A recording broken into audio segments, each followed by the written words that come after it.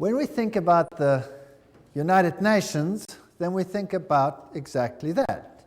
An organization, a political organization bringing the nations together. And that sounds like something commendable. And the question is that all that there is behind it? Do you remember that at the Tower of Babel, God separated the nations? Now, if you look at the headquarters of the United Nations in New York, this is really quite a fascinating building. It is large, and the name United Nations was coined by United States President Franklin D. Roosevelt and was used in the Declaration by United Nations of January 1942 during the Second World War, when representatives of 26 nations pledged their governments to continue fighting together against what they called the Axis powers. Interesting name, Axis powers. Today there's another axis that is being fought, and that is known as the axis of evil. Have you heard of that? The forerunner of the United Nations was the League of Nations, and this was an organization in similar circumstances during the First World War and established in 1919 under the Treaty of Versailles to promote the international cooperation and to achieve peace and security. This comes straight from the UN webpage, so nothing strange about that. It's just plain history. Some more from that. In 1945, representatives of 50 countries met in San Francisco at the United Nations Conference on International Organizations, and they drew up a United Nations Charter. And those delegates deliberated on the basis of proposals worked out by representatives of China, Soviet Union, United Kingdom, United States at Dumbarton Oaks, United States in October 1944. It was signed on 26 June 1945.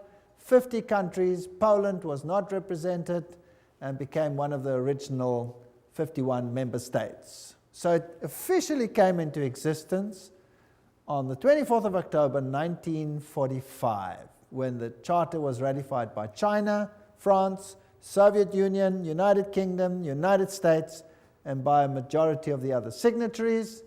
And every 24th of October, they celebrate this founding of the United Nations. Now, let's have a look at this Charter of the United Nations. This is a very interesting piece of history. Well, Arthur Balfour, do you remember that name? We've used it before. Who was a member of Hort's Apostles? You remember Hort? This was the professor that helped to produce the Greek text that changed the emphasis of the Bible and removed many of the aspects of Jesus Christ's power and sovereignty from the Word of God. And the apostles were the secret society that functioned and at that time, and Hort was a member, as well as Arthur Balfour. Hort called this group a Senior Apostles Club, as well as president of the Psychic Research Society, Society for Psychic Research, soon became Prime Minister of England, Arthur Balfour, and instrumental in the First League of Nations. So this Prime Minister was also, of course, active in the writing of the original Charter of the League of Nations, much of which formed the basis for the United Nations. He not only headed the Society for Psychic Research, holding seances at his home, but he initiated a group called the Synthetic Society, whose goal was to create a one-world religion. That's a very interesting point of history. And he invited a certain Frederick Mayers of the Society of Psychic Research to join, and together they created the preamble of all religions, and it includes the dogma, departed spirits can communicate. Obviously, if you belong to such a society, then that is part of the situation. So built in somewhere over there was the wish to bring all religions together. Now let's have a look at some of the historic figures of the United Nations. Alger Hiss, he became the acting Secretary General of the establishment of the United Nations. The April 16, 1945 issue of Time magazine called him one of the State Department's brighter young men. It was Hiss and Joseph E. Johnson, who later became Secretary of the Bilderbergers. So here we have all the secret societies again, who wrote much of the United Nations Charter. So very high Freemasons, Bilderbergers, were responsible for this charter. Now we know what they believe. We've already had a lecture on that, and I would refer people back to that lecture. Patterning it after the Constitution of Russia and the Communist Manifesto. This is very interesting. So the Constitution of the USSR is almost identical to the Constitution of the United Nations, for those who did not know that. And there are all the references. Everything that I say is referenced. I'm just reading. So please, nobody get angry with me. Get angry if you want to with whoever set this thing up. I had nothing to do with it. Remember that I also pointed out in previous lectures who the responsible persons were for trying to bring all the nations together in a unitary government, and then behind the scenes, another organizations to bring all the religions together. But this was not the primary or public domain. This was more the secret domain. Winston Churchill, he was the one who was also responsible, of course, after the war in setting up this whole organization. The creation of an authoritative world order is the ultimate aim towards which we must strive, and the United Nations formed part of that. Charles de Gaulle, who was also instrumental, nations must unite in a world government or perish. So the big figures involved had this philosophy. Then there is a man, I don't know how to pronounce his name, Trygve Lie. The first official UN Secretary General was a high-ranking member of Norway's Social Democratic Party, which was, by the way, an offshoot of the Third Communist International. And then came a man, Dag Hammarskjöld. And he was the second Secretary General. He was a Swedish socialist. He openly pushed communist policy. And then came U Thant, the third Secretary General, and he was a Marxist. So here you can see how the philosophy in the beginning was programmed. Now, I would like you to understand that this is not a method to go anti-capitalist, because the United States was a signatory of this charter. So why would the United States actually sign something that was so obviously contrary to their own philosophy? Well, if you remember the Hegelian principle, where two opposing viewpoints are set into the world, and neither of them is really the viewpoint you want to achieve, what you really want to achieve is a synthesis between the two. So what you see actually is you see socialists in the overriding capacity of Secretary Generals, although whether they have Marxist leanings or capitalist leanings at that level doesn't make any difference. The method is just to bring about a synthesis, which is the desired government of all of them. So out of this chaos, you eventually get whatever you want.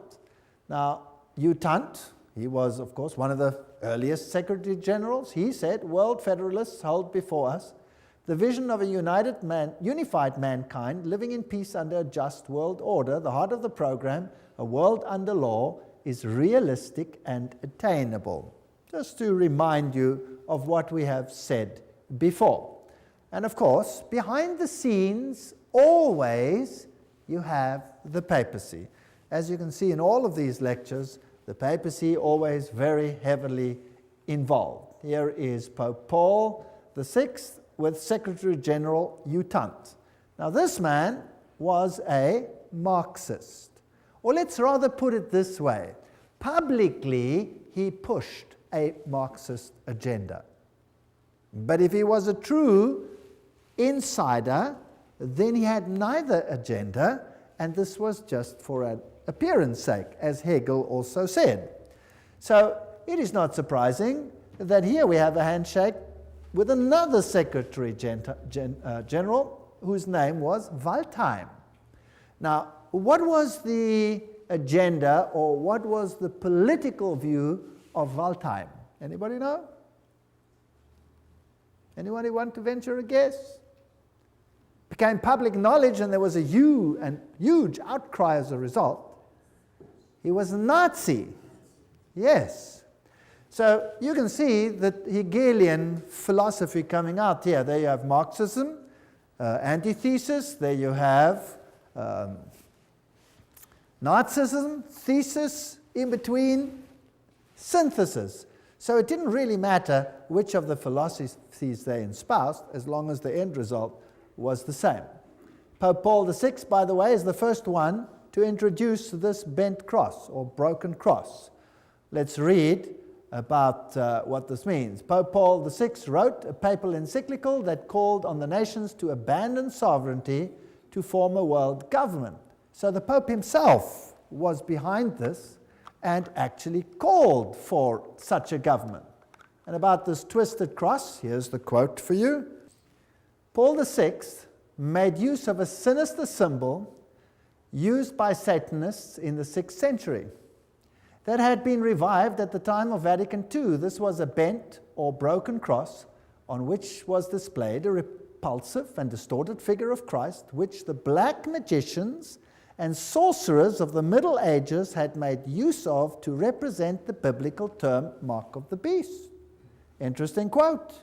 Yet not only Paul VI, but his successor, the two John Pauls, carried that object and held it up to be revered by the crowds, who had not the slightest idea that it stood for Antichrist. So that's a quote that's very interesting about the broken cross and what it stands for. So these are the figures behind, or the movers of the United Nations. A pope calling for such an order, the Secretary Generals picking it up, reiterating it on both sides of the political divide so that it would seem fair to both sides of the philosophy. Now, what about the spiritual aspect?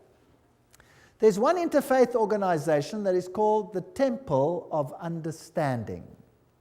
And it has a newsletter which is called World Goodwill Newsletter. Now, we have to see what authority such an organization has, because there are many little organizations and they could just be, irritating little piddly little organizations. So who are these people who formed the Temple of Understanding with a newsletter, the World Goodwill Newsletter, an organization affiliated to the United Nations? It's always good to look at the founders. Well, founded by Juliet Hollister in 1960, the Temple of Understanding has one of its goals, the creation of a spiritual United Nations. In its work to promote understanding between religions on the basis of the oneness of the human family. Sounds good.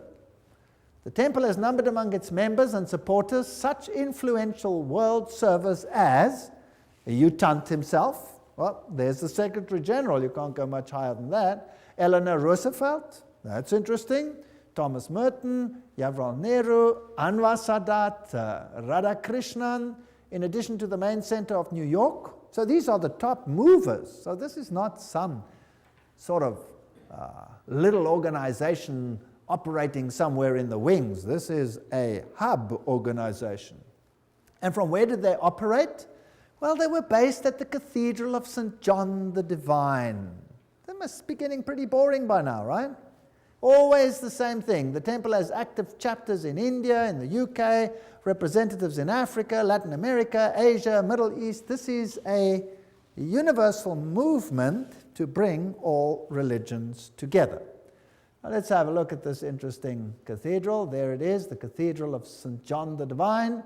The cathedral is located at the 112th Street in Amsterdam Avenue, one block east of Broadway, the largest cathedral in the world.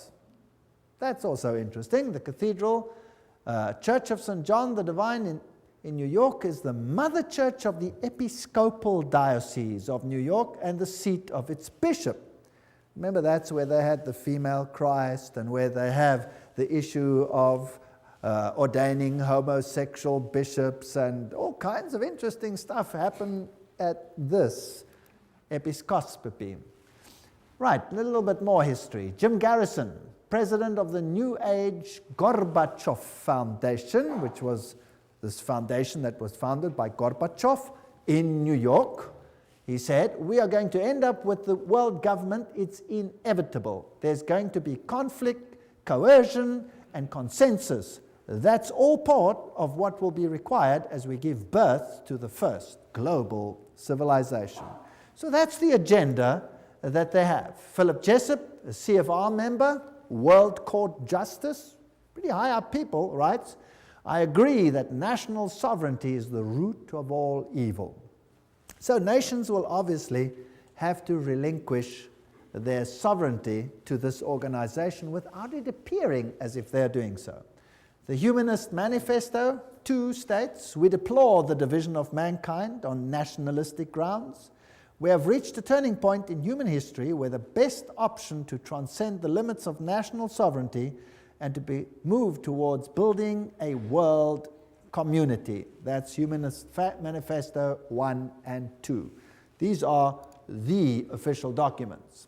Now this is a very interesting man, Robert Mueller. He's the former Assistant Secretary General to the United Nations, but he is today the mover in the spiritual field within the United Nations. He's also called the Prophet of Hope of the United Nations. He wrote, we must move as quickly as possible to a one-world government, a one-world religion, under a one-world leader. That's very, very interesting. So these are the top movers. Now, the philosophy, I'm always interested in what the philosophy is and who's behind it. And again, we pick up the same old names over and over and over again. In the Aquarian Conspiracy by Marilyn Ferguson, a survey of New Agers showed that the leading influence on their spiritual awakening was, again, Pierre Teilhard de Chardin. Do you remember who he was? Jesuit priest. You see, they have Catholicism, the Jesuits, the top movers in the United Nations. Now, what did Robert Mueller, the former Assistant Secretary General, have to say? He wrote, Teilhard de Chardin had always viewed the United Nations as the progressive institutional embodiment of his philosophy.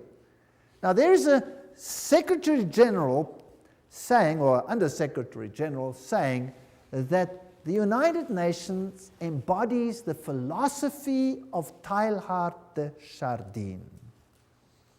Now, what did Teilhard say? I've mentioned some of his philosophy. We'll look in a little bit more detail again.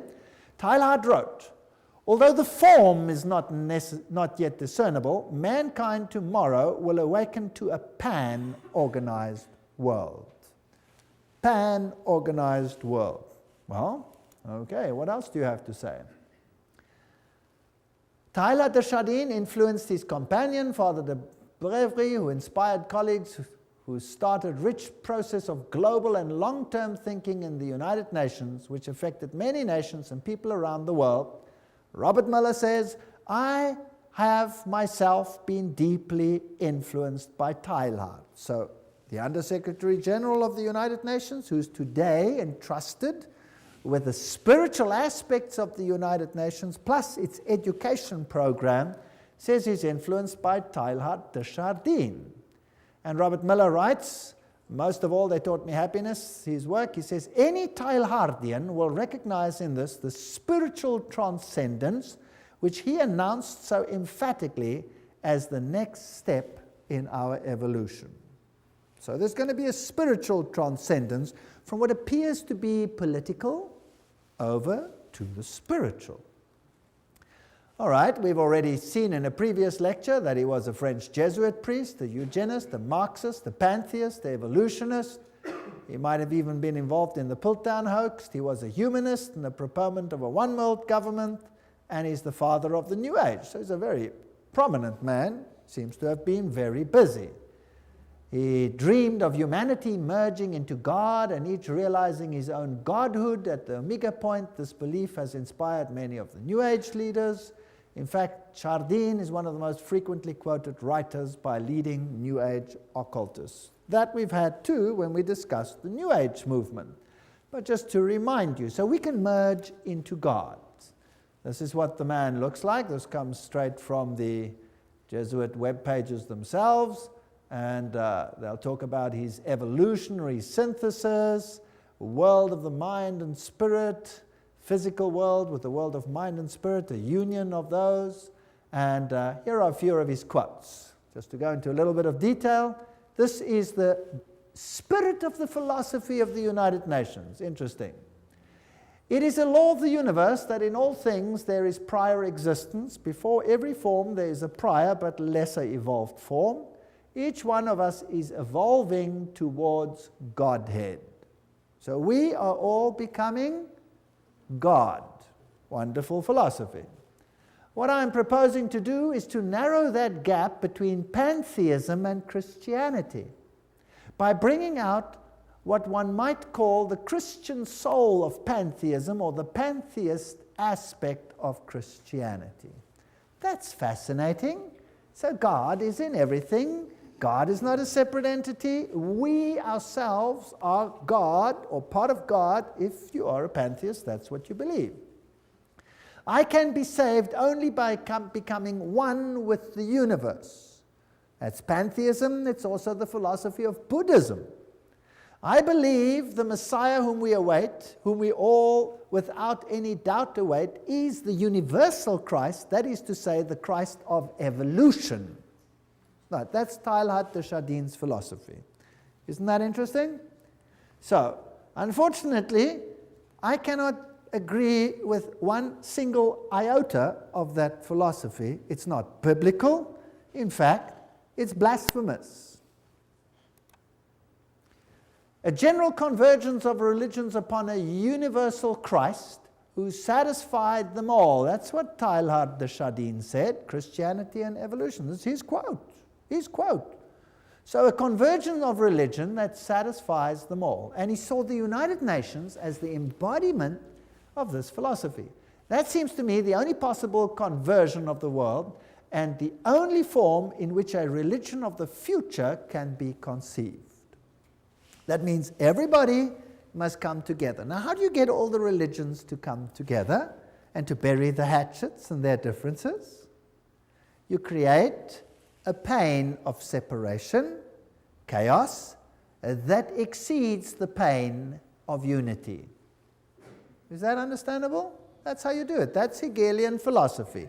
That is Freemason philosophy. So today we're in the pain stage, and the next phase will be unity or inexplicable pain. That's the choice. And mankind will quite readily choose which one? The lesser pain, obviously, to survive. Now let's have a look at all these secretary generals and whether they are actually embodying this philosophy or not. This is Dag Hjalmar Agne Carl Hammarskjöld. He was the Secretary General of the United Nations from 10 April 1953 to 1961. Then he met his death in a plane crash, and he was the fourth son of the Prime Minister of Sweden during the years of World War I. He was the first one. Now, what did he do in the United Nations? Well, one of the first things he did was to produce or create a prayer room. And there it is on the left-hand side. A stone in the middle of the room was placed to tell us we may see it as an altar, empty, not because there is no God, not because it is an altar to an unknown God, but because it is dedicated to the God whom man worships under many names and many forms. Very interesting. So there is this prayer room with only this stone altar, which is built to be shaped like a rectangle, if you like, which has certain interesting meanings, and the whole building, the whole room, has the shape of a trapezoid. Now, what does that mean?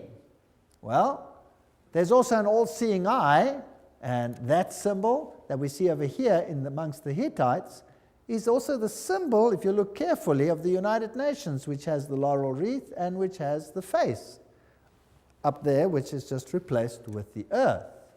Now, Perhaps the best way to comprehend what the all-seeing eye represents is to examine the architecture of the meditation room of the United Nations building in New York. The meditation room is shaped as a pyramid, a trapezoid.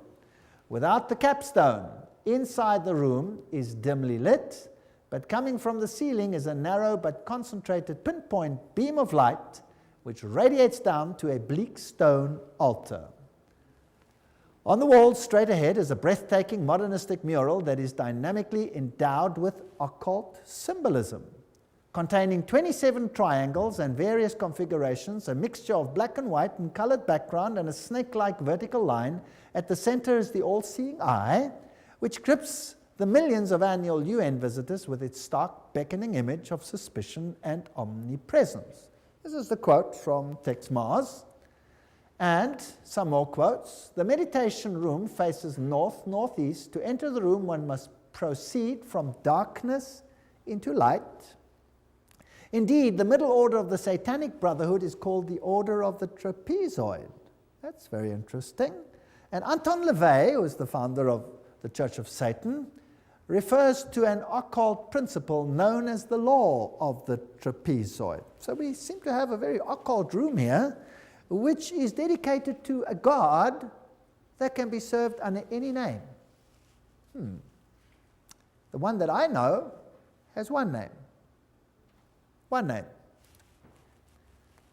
One could tell several moving stories, writes Robert Mueller, the spiritual godfather, if you like, of the United Nations and the former Under-Secretary General. One could tell several moving stories of the spiritual transformation of the United Nations as caused to the point that this little speck on earth is becoming holy ground.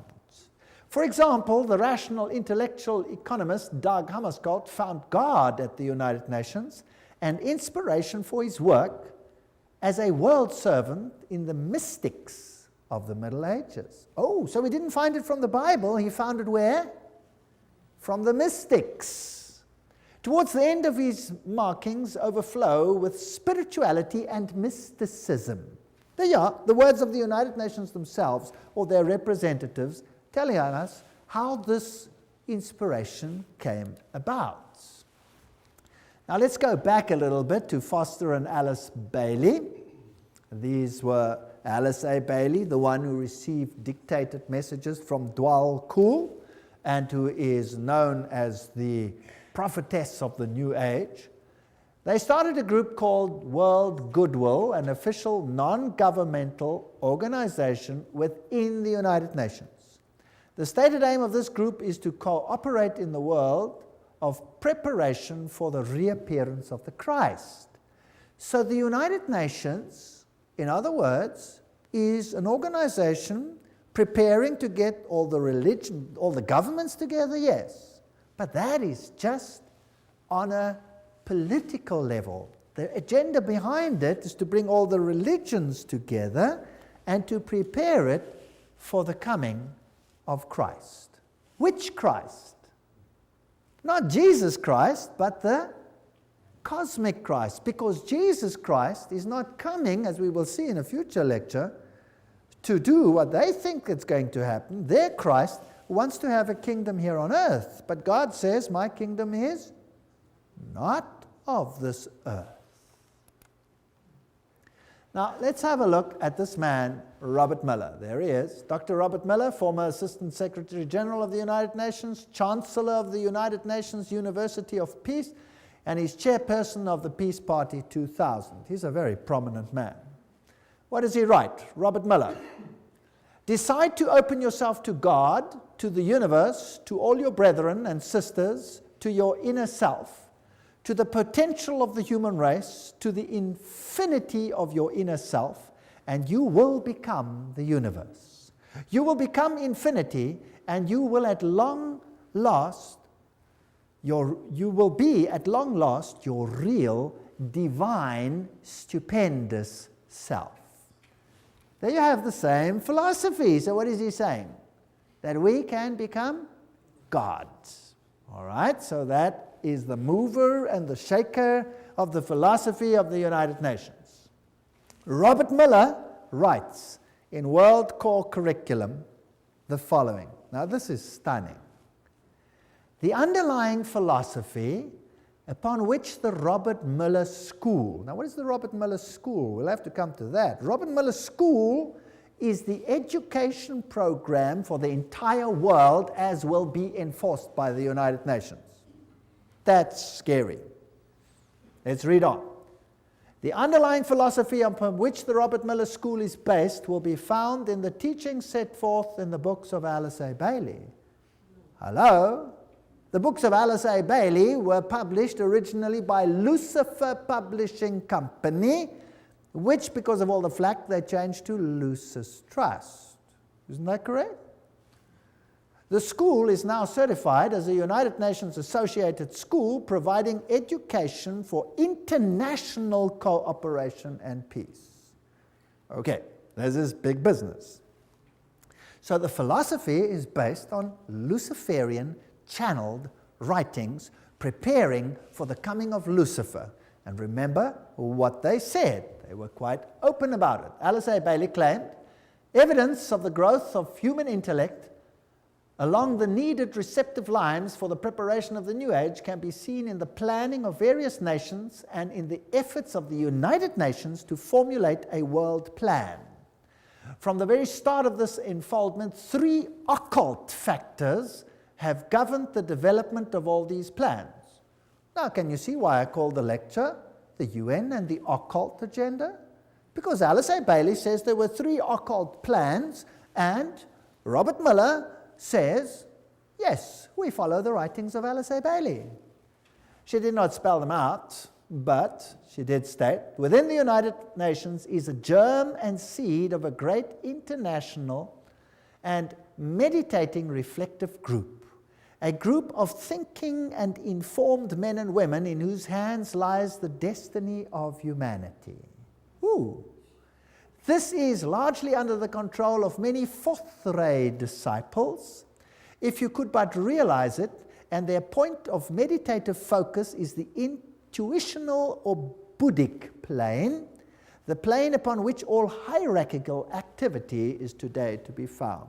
That's about as occult as you can get. What she is saying is that the inner core of the United Nations is controlled by people who are under the control of Lucifer. That's what she's saying. She's saying it's demonic.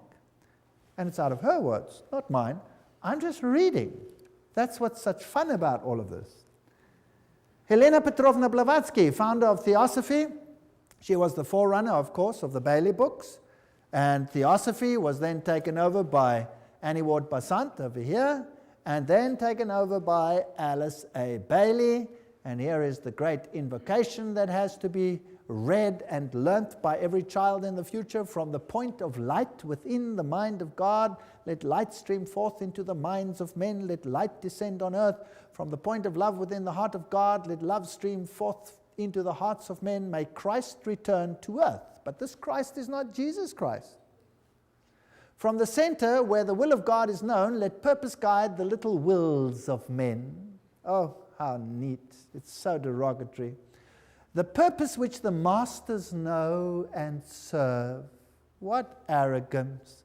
From the center which we call the race of men, let the plan of love and light work out, and may it seal the door where evil dwells.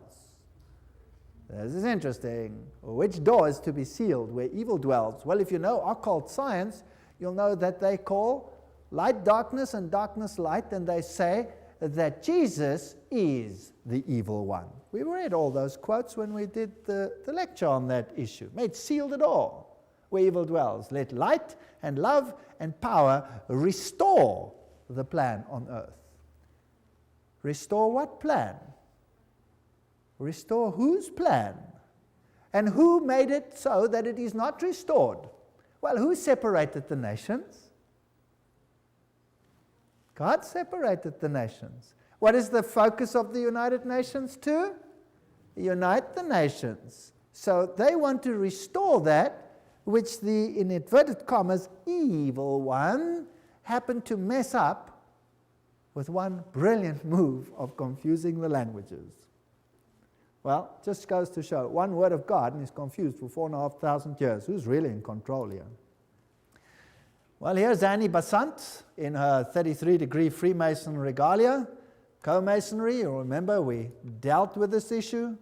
The Theosophy textbook teaches immortality, reincarnation, the deity of man. Statements by this Dwalkul, who also inspired Alice A. Bailey. He talks about Alice A. Bailey, know me still by another name and office, AAB. Alice A. Bailey knows who I am and recognizes me by 2 of my names.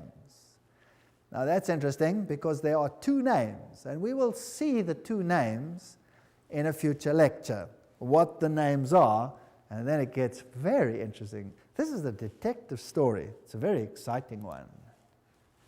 Well, the Bible says that they are spirits of demons, working miracles which go forth to the kings of the earth and to the whole world to gather them to the battle of that great day of God Almighty. Revelation 16:14. Remember that? Helena Blavatsky, the founder of this movement, of which Alice A. Bailey became the high priestess, if you like, said Lucifer represents life, thought, progress, civilization, liberty, independence. Lucifer is the Logos, the serpent, the Savior. It is Satan who is the God of our planet and the only one. Then she talks about the Virgin, who is Satan and Lucifer at the same time, and the Holy Ghost, all wrapped in one.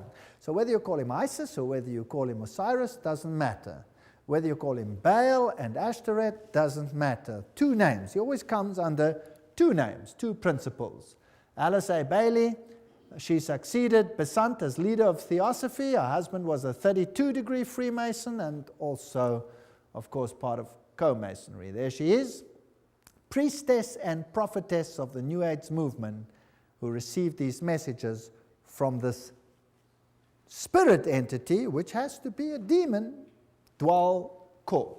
Her writings, as we have said, were one of 2 women to be one of the most prolific writers of modern times. Her main aim, the problems of humanity, getting all humanity together again, and preparing the world for the coming of Christ.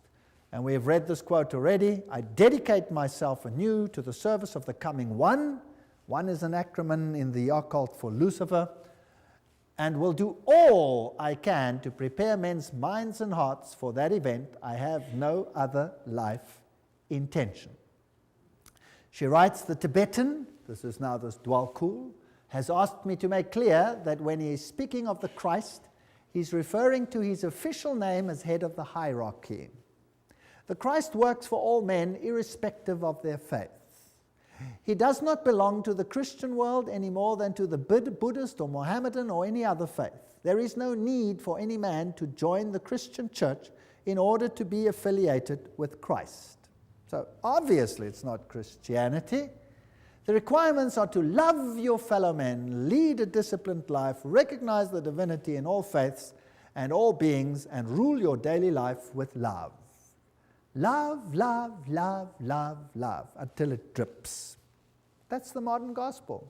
You're never allowed to warn anyone. You're never allowed to talk about sin. You're never allowed to talk about salvation. You're never allowed to point to Jesus Christ as the only Savior. That's contrary to the law of love. Isn't that sick? If you love someone, don't you warn them of the hazards and the problems ahead? First of all, he will come to a world which is essentially one world, Alice A. Bailey wrote. So it doesn't even have to be a fully united world. The major effect of his appearance will surely be to demonstrate in every land the effect of a spirit of inclusiveness. Now, I want you to ponder this. This is very important. So his main aim will be to develop a spirit of inclusiveness, and inclusiveness which will be channeled or expressed through him. So his spirit will work to bring this about. All who seek right human relations will be gathered automatically to him. So not all who seek Jesus Christ, no, all who seek right human relations. Can you see the emphasis to mankind again? All who seek these will automatically be gathered to him, whether they are in one of the great world religions or not. So we need a spirit of inclusiveness. But let's continue. All who see no true or basic difference between religion and religion, or between man and man, or nation and nation will rally around him. Have you got that? So if I see no difference between Christianity and Buddhism, and I see no difference between Hinduism and Christianity, I will rally around him. If I see no difference between the nations, I will rally around him. Now, those who embody the spirit of exclusiveness and separateness will stand automatically and equally revealed, and all men will know them for what they are. Oh, nice. What does the Bible say on this issue? The Bible says, come out and be separate. The Bible asks for a spirit of separateness. The United Nations, by its very nature, has no option but to ask for a spirit of inclusiveness. But now, what if the high movers behind the scenes are actually occultists and Luciferians? Wouldn't that be kind of scary? Because who would be the head honcho of the team then, behind the scenes? Satan. Satan would be the head honcho. He would be the main guy. Now the trouble is, this difference. Those who say, come out and be separate, they're going to be in trouble. Those who say, well, let's be inclusive, they'll be okay.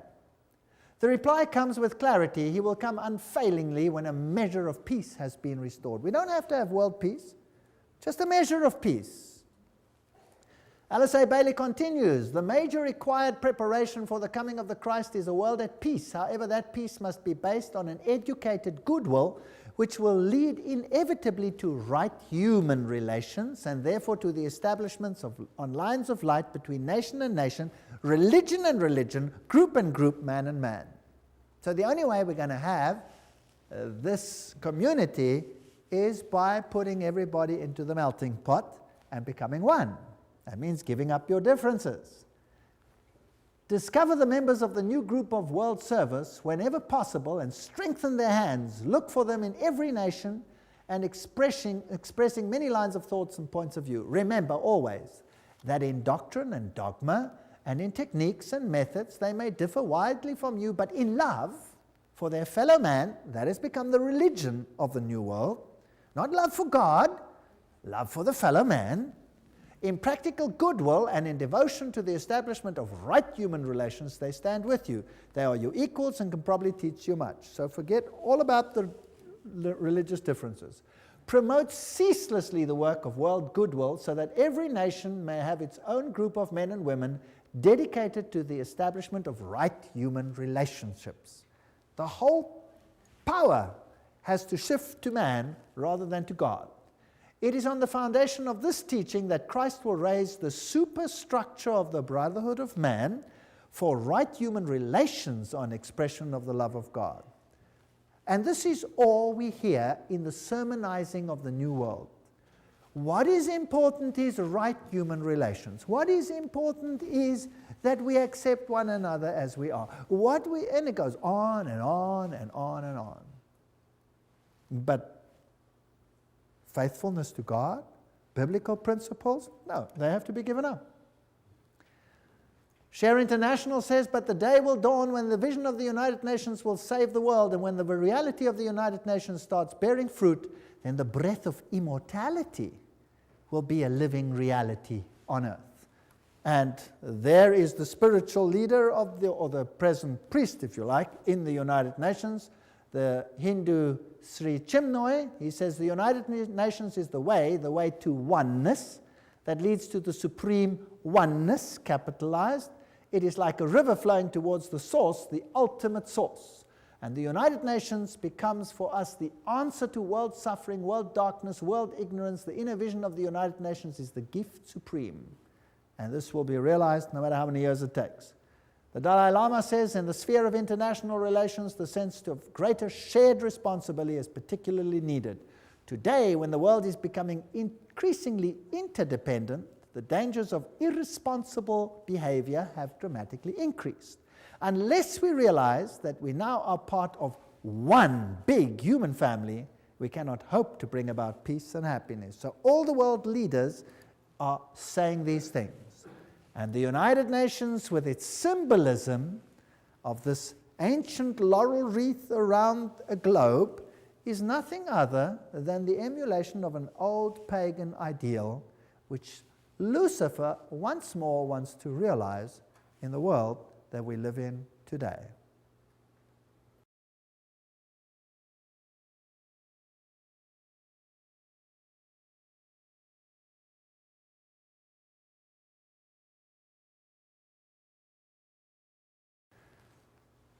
As we have seen, the symbol of the United Nations is very similar to the old Hittite symbol, where you had in the center the face of the sun god, and now you just have a web, if you like, a spider's web, which is the symbol of Lucifer, and the encompassing earth.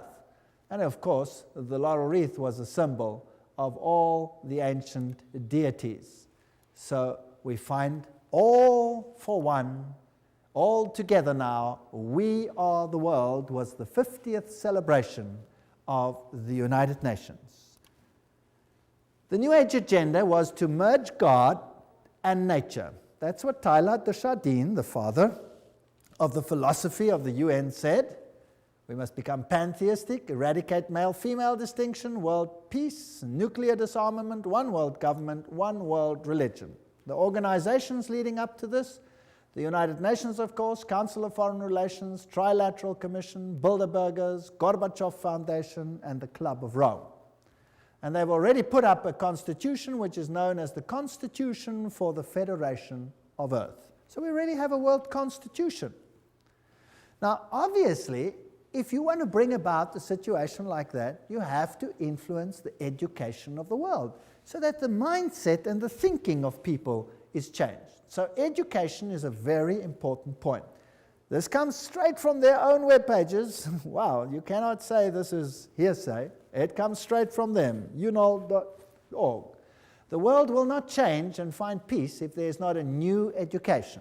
Utant, former Secretary General of the United Nations. We need a new education. The old one's no good.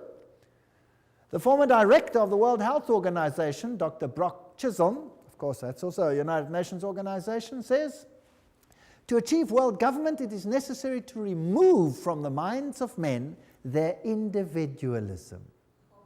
That's kind of scary, don't you think? Loyalty to family traditions. Oh, that's even worse.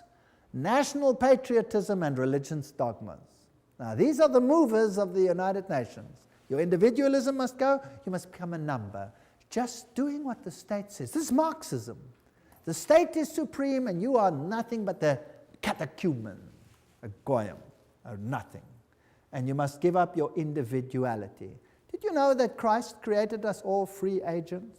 Every single one of us?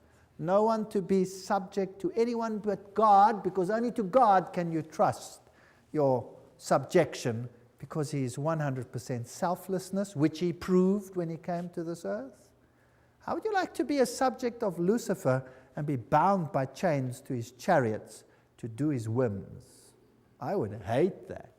But in any case, in order to do that, you'll have to give up your individualism. Now let's have a look again at this man, Robert Mueller, philosopher, prophet of hope, top-level global statesman, and what a mighty man. He's the Chancellor of the University of Peace, created by the United Nations. He is the creator of what is known as the World Core Curriculum. That says everything. And he's known throughout the world as the father of global education. There are 29 Robert Mueller schools around the world, more being established each year. World Core Curriculum earned him the UNESCO Peace Prize in 1989. He has recently drawn up a framework for world media coverage. What you see on your television is what you're supposed to see, not what you should see. As a public service, as well as a framework for planetary and cosmic consciousness. Wow, so your mindset, your cultural mindset must be changed, your framework for the arts and culture. These are occultists speaking. After all, he said so himself. He says he follows Alice A. Bailey. He's the author of the World Core Curriculum.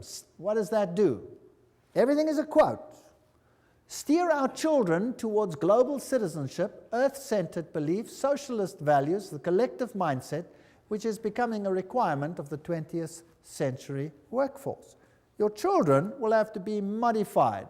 We are living in a frightening world. Good. Robert Mueller, what does he write about a world core curriculum? He says a world core curriculum might seem utopian today, but by the end of the year 2000, have we passed that? Yes. It will be down-to-earth daily reality in, what does it say there? All the schools of the world. Now, believe you me, I have been in the education system. I officially left the education system 1 month ago. And what I have seen in the last few years, the changes are hair-raising. Hair-raising. If that is what is awaiting us, then God help this world. We've already seen, he says, the philosophy is based on Alice A. Bailey. And World Core Curriculum, this is unol.org, that is their own one. What is their teaching? Our planetary home, place in the universe, our place in time, that's all the evolution stories.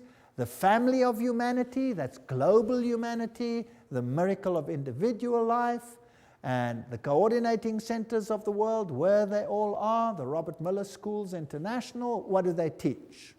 Well, they have, for example, the Shaman Institute, and they have all these nice, interesting occult signs for all the things that they stand for. Eleusis, the all-seeing eyes, humanistic psychology. This is one of the Robert Mueller School's teaching points. Here is Franco, a shamanic facilitator, astrology, sacred circle operator, author of Initiation and Astro-Shamanism. He talks to inner guides. What else? He says the workshop offers practical tools for journeying into ecstatic dimensions, beyond conventional time.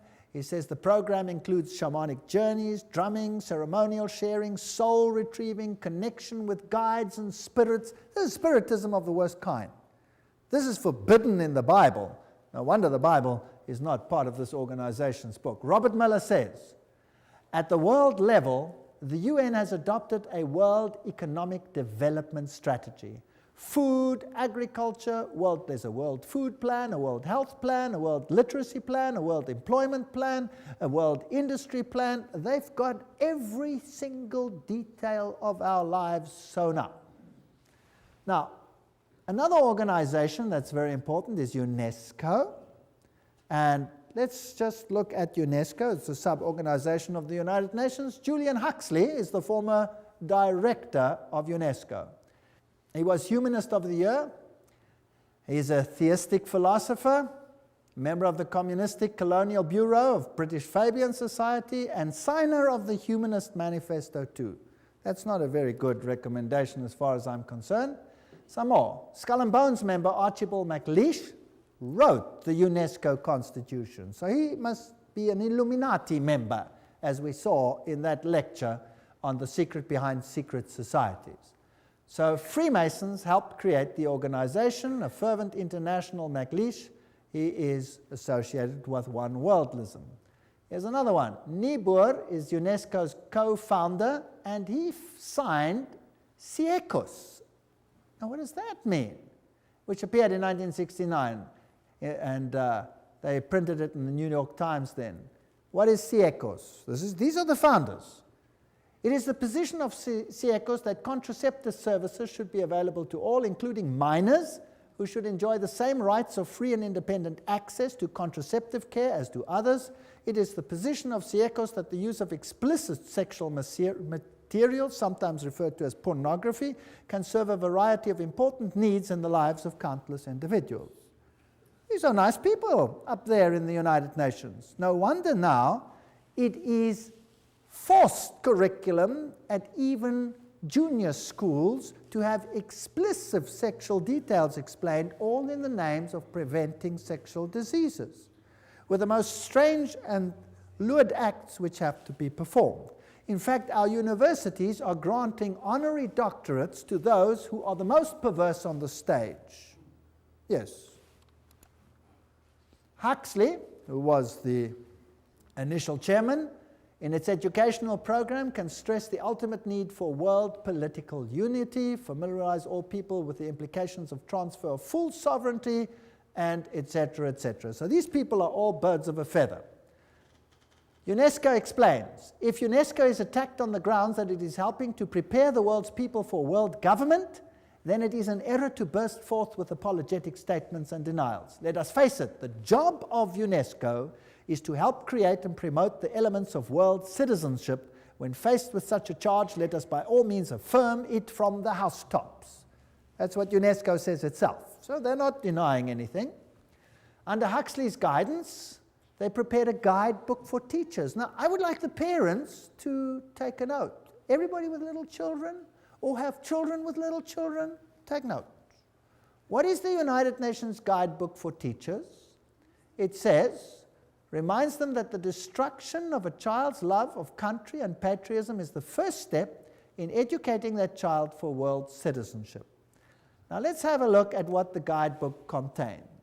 Volume 5, page, on the opening page. In the classroom with children under 13 years of age, before the child enters school, his mind has already been profoundly marked, often injuriously by earlier influences, first gained, however dimly, in the home.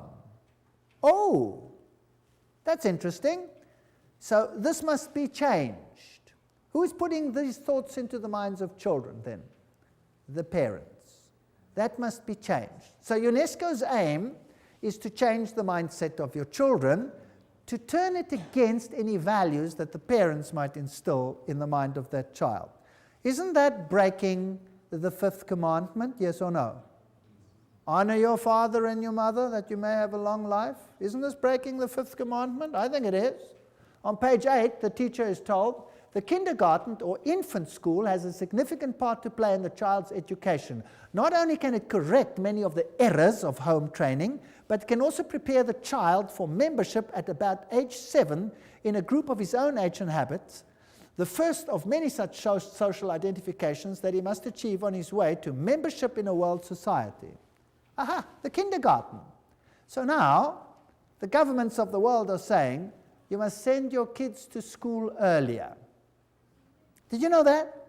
That the governments are beginning to say that? And England now passed a rule when? This year.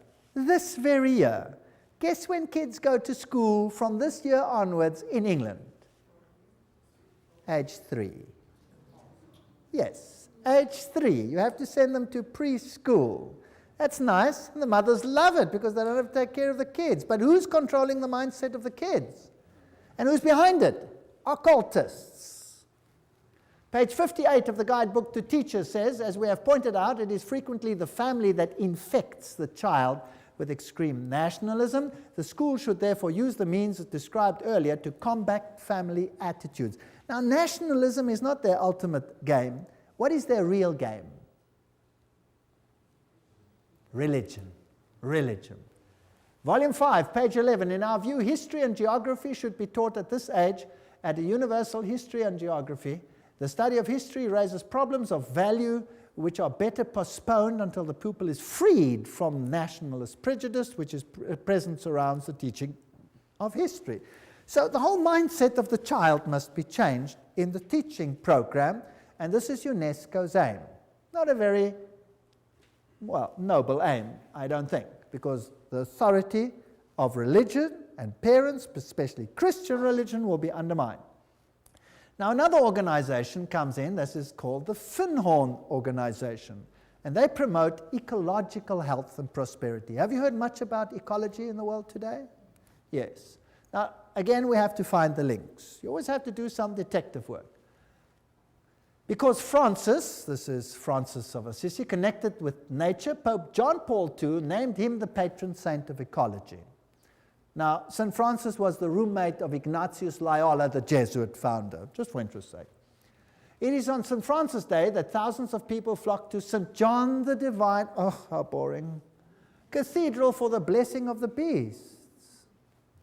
Also, occultist Robert Mueller, that's now the Under-Secretary General of the United Nations, former one, informs us that Francis has been declared patron saint of the United Nations. The Pope does it, United Nations follows. Who's really in control? The Pope. And there he is. If you want to, you can pray to him. If you don't want to, you can ignore it. The UN Secretary General U Thant formed the organization Planetary Citizens with New Age activist Donald Keyes. Now we're getting the links. There's the top man of the United Nations with Donald Keyes. Planetary Citizen is now a global government organization within the UN specifically devoted to preparing people for the coming of a new culture. Now let's go on with Donald Keyes. He's together with U Thant. Donald Keyes has been actively involved in Finhorn.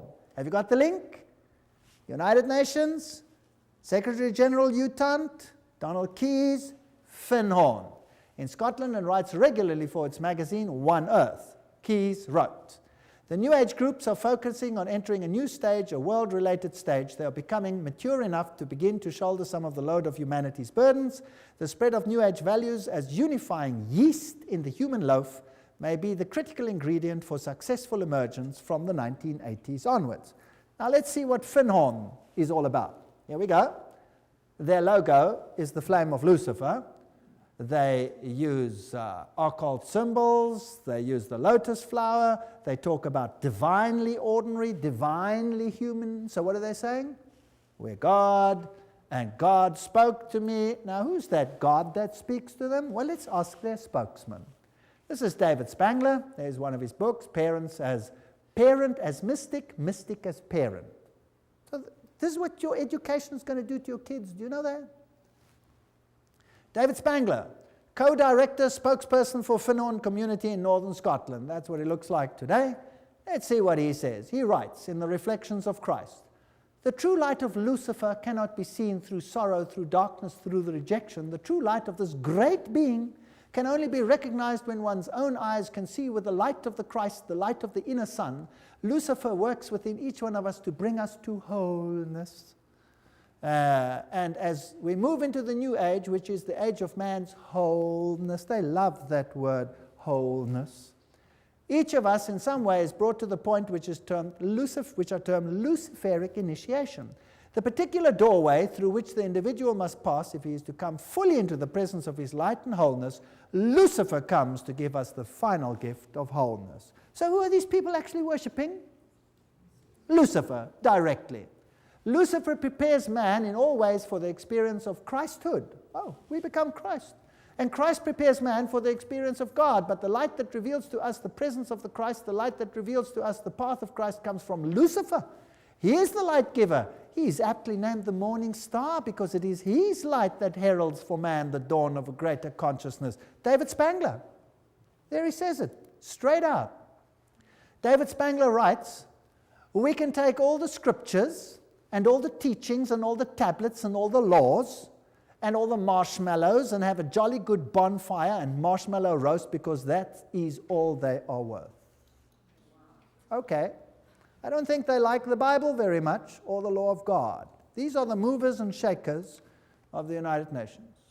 They're waiting for a new economic order. Well, I'm not going to go into those details.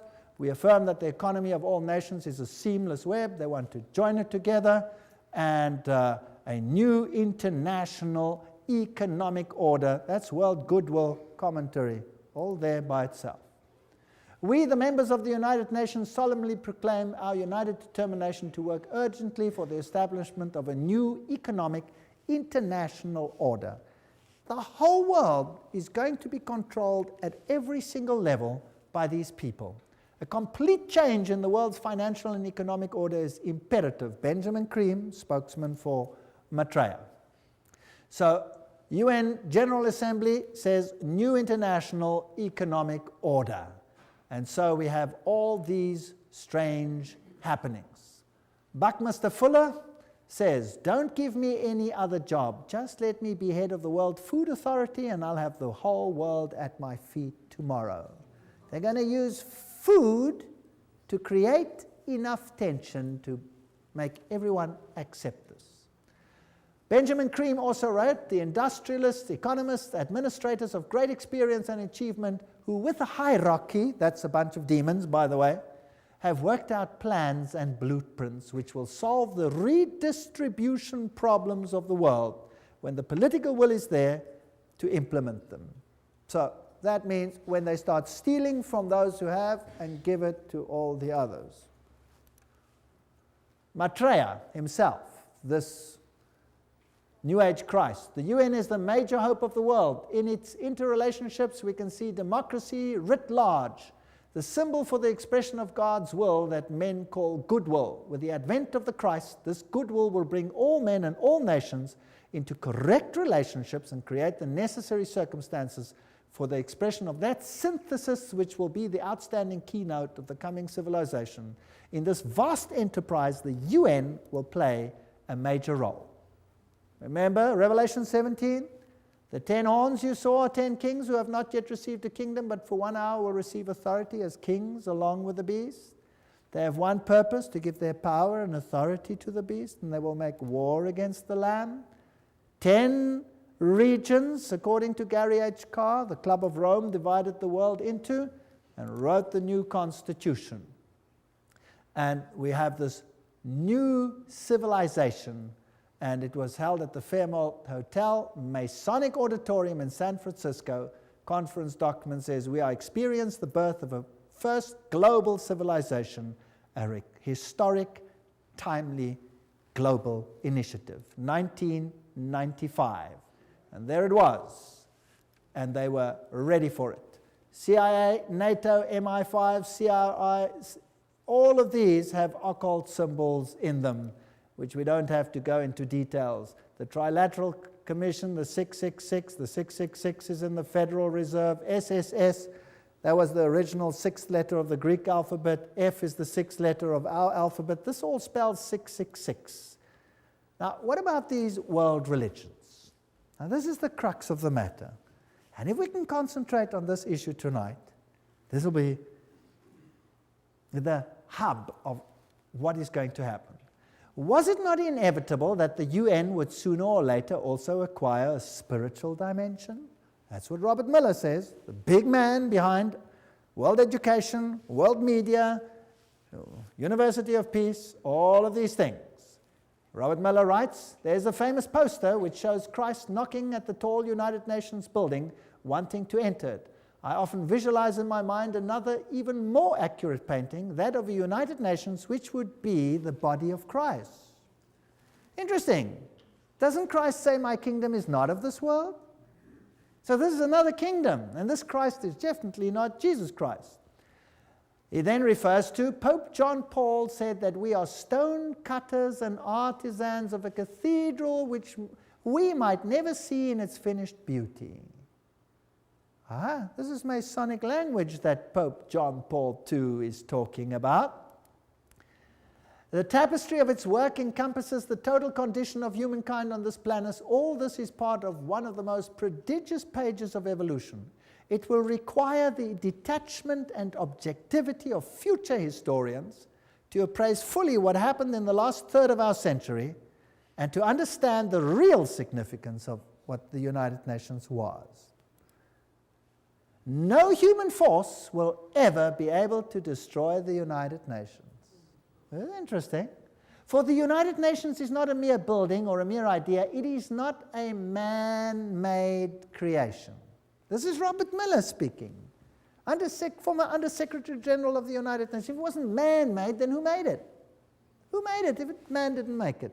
Well, they told us who the leader is in so many words. Who is he? Lucifer. Okay.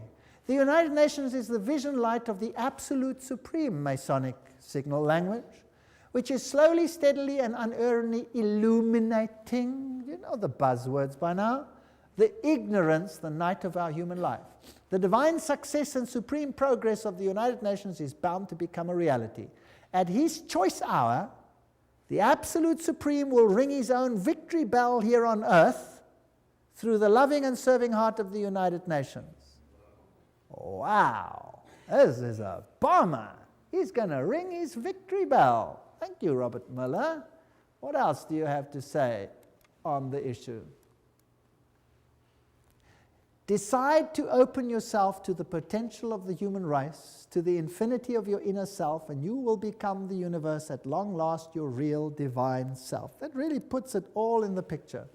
I'm more and more drawn to some of the very simple but extremely important teachings of the Christ and of all the great prophets and visionaries. I'm increasingly convinced that what they foresaw is the beginning to become a reality on the planet, and that humanity is transcending or metamorphosing itself into what those great dreamers and visionaries and prophets envisioned. We're changing.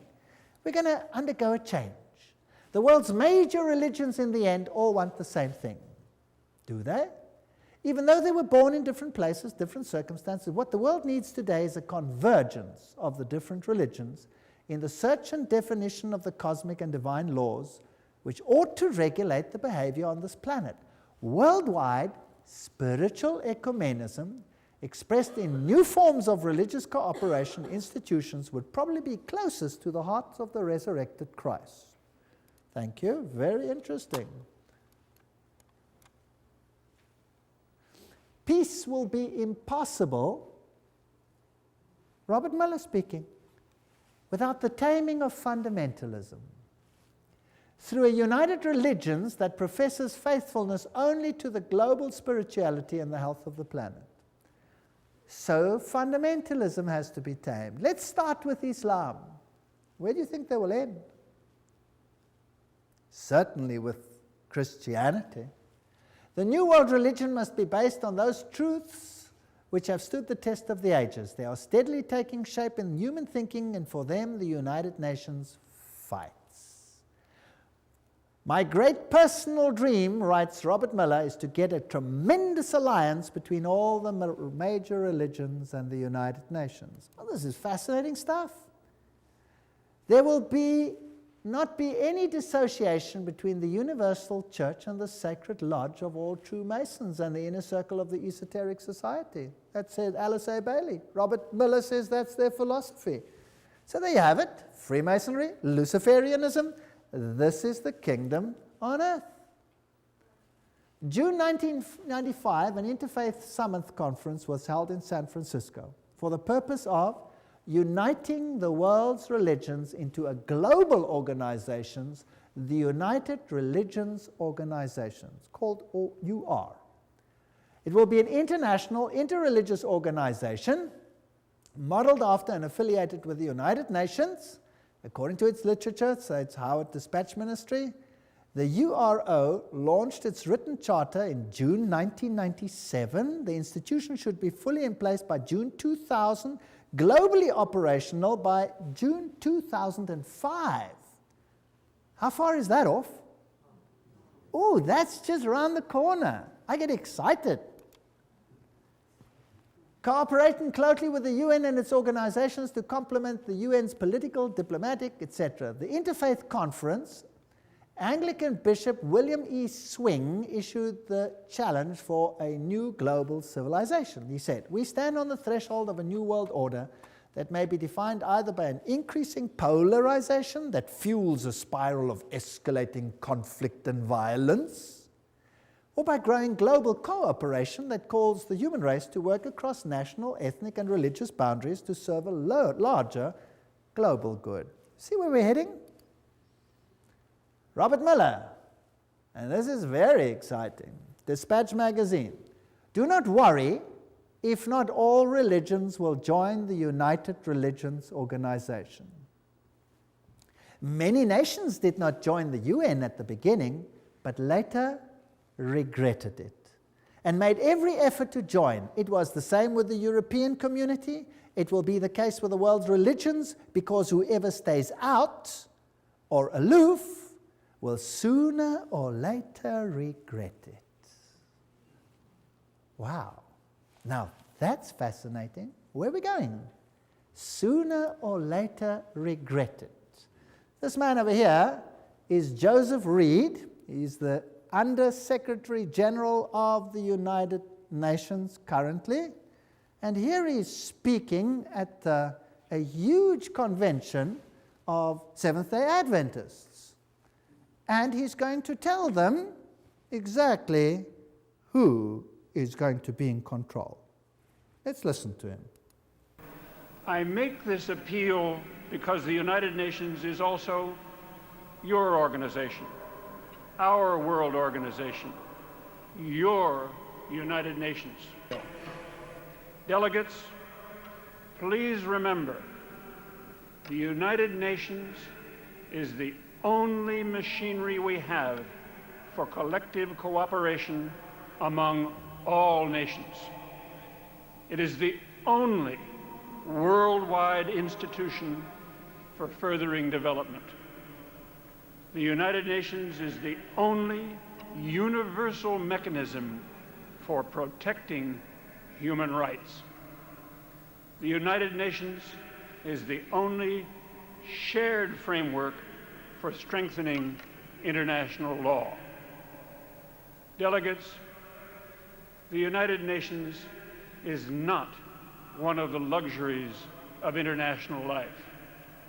The work of the United Nations is of vital importance for the betterment of life on our planet. That's very fascinating. The United Nations is also your organization. It is the only body for this, that, and the other. Now, that's not the speech he wrote. He read it for Kofi Annan, the Secretary General of the United Nations. Now, I have a problem. I don't want to be part of a Luciferian organization. I certainly don't want to be. That's just me, personally. The mystical tradition in the mainline denominations easily interact with those of the heathen religions of the world. Meditation practices, visualization techniques, breathing exercises are now being used to tap into spiritual realm, and such religious leaders as the Pope and the Dalai Lama are very much on the same plane. Discernment Newsletter, 1996. A religion to fit everyone. Goals of this one world religion, world goodwill, remember this is all UN-affiliated organizations, founded by the very highest level of people. The churches and the world religions should indicate the unity within all facets of truth, which will provide a universal platform, one to which all men everywhere could give allegiance. Such a platform should include the truth that all men are divine. Thank you. Can we do that? Yes or no? I hope not. The truth that evolution governs the growth of the human being. I don't believe in that either. Each individual is a god. All men are divine, and the belief in evolution, the fact of immortality and of eternal persistence, reincarnation, arising from man's essential divinity. The Bible clearly teaches us that there is no such thing as reincarnation, for it is appointed unto men once to die. These are all taken from direct quotes.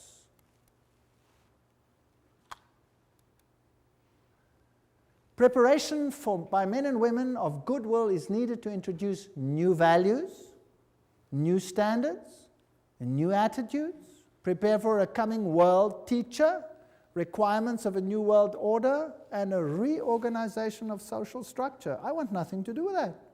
I want nothing to do with that.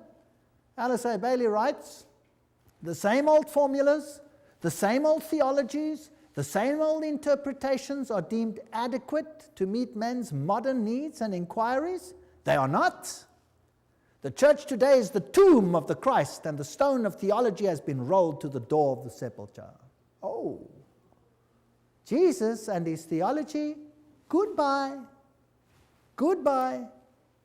She writes, the day is dawning when all the religions will be regarded as emanating from one great spiritual source. All will be seen as unitedly providing one root out of which the universal world religion will inevitably emerge. Then there will be neither Christian nor heathen, neither Jew nor Gentile, but simply one great body of believers gathered out of all the current religions. That sounds nice. But whose religion will it be? They will accept the same truths not as theological concepts, but as essential to spiritual living. They will stand together on the same platform of brotherhood and of human relations. They will recognize Divine sonship will seek unitedly to cooperate with the divine plans. Such a world religion is no idle dream, but something which is definitely forming today. World Goodwill Letter, 1993, quoting it. These are United Nations organizations. So obviously, the world is going to move towards this unified platform, and there will be some who propagate a spirit of separateness. Is that correct? Can we see that emerging? And then there will be conflict.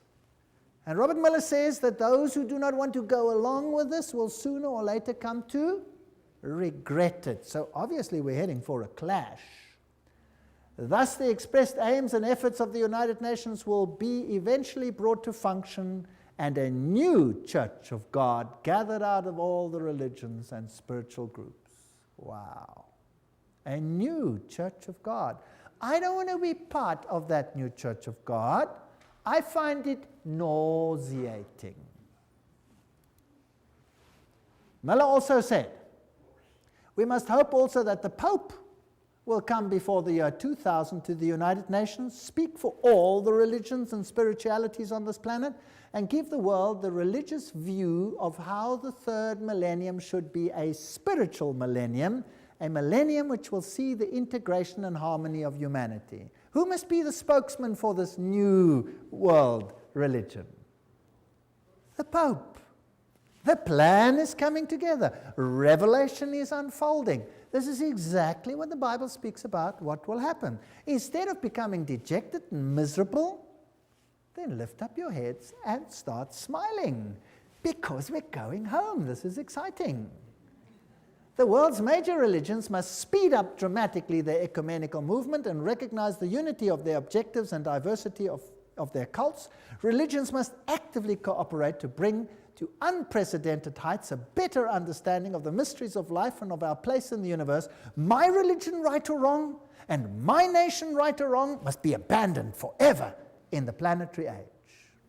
You're not allowed to say Jesus is the only way. It must be abandoned forever. I'm sorry, I will not abandon it. I refuse. And then we had this wonderful meeting. The Pope actually did appear before the United Nations. And then they came together in this massive rehearsal at the United Nations, where they formed this new ecumenical initiative funded by Ted Turner. And the whole world is gathering into one new religious pot under the United Nations. And I saw one of the heads, as it were, wounded to death, and his deadly wound was healed, and all the world wondered after the beast. Revelation 13:3. Joshua 24:15. And if it seems evil unto you to serve the Lord, choose you this day whom you will serve, whether the gods which your forefathers served that were on the other side of the flood, or the gods of the Amorites in whose land you dwell. But as for me and my house, we will serve the Lord. That's the decisions we have to make. Those are the issues before us. And the sad thing is, I'm not making this up. I'm just reading it off the screen. I'm really not making this up. I wish I was, but I'm not. So we are actually facing a crisis situation. But in the lectures that are now coming, we will have to look at the other side of the coin. We've had enough of this side of the coin, don't you think? I'm sick to death of it already. Now let's have a look whether God has an answer to what Satan is planning. Now I had handed out another little card over here, and I've got a question on there. I'm beginning to see that the battle is not really political. Did you see that tonight?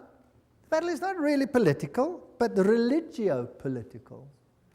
They want your allegiance and your mind. I see that the devil has it so set up that the whole world, and even if possible the very elect, are to be deceived and mesmerized by his devices. By God's grace, the second point, I do not want to be one of those that are deceived. I see that it is more than just being aware of the problem. I see that I will have to make a concerted effort to find truth and to become and remain undeceived. What is the only channel whereby we can find out the will of God? You tell me. The Bible. If God hadn't given us the Bible, we would be hopelessly at sea. Thank God, God gave us the Bible. What would we do without it? I wouldn't know where we're going. It would all seem logical. It would all seem okay. Everybody would be happy to climb onto this bandwagon, right or wrong. I want to know how Jesus will be victor in this controversy. All we've seen is Satan build up his kingdom. And that's exactly what the book of Revelation is about.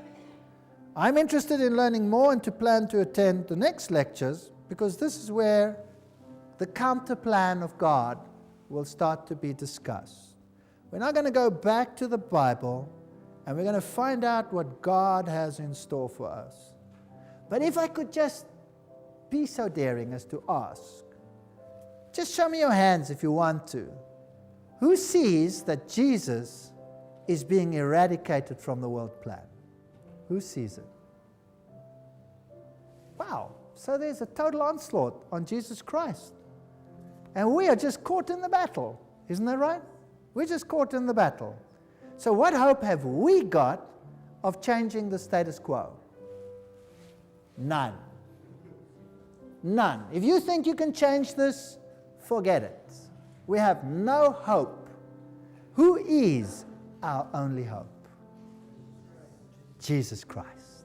He is our only hope. Without him, we are nothing. And that's why I can stand here today, because I know there's nothing I can do, but he can do something. He's even made it possible for me to stand here and speak to you. Isn't that great? All things are possible. Do you know that I've given these lectures in a Masonic hall? Yes. All things are possible. Absolutely amazing.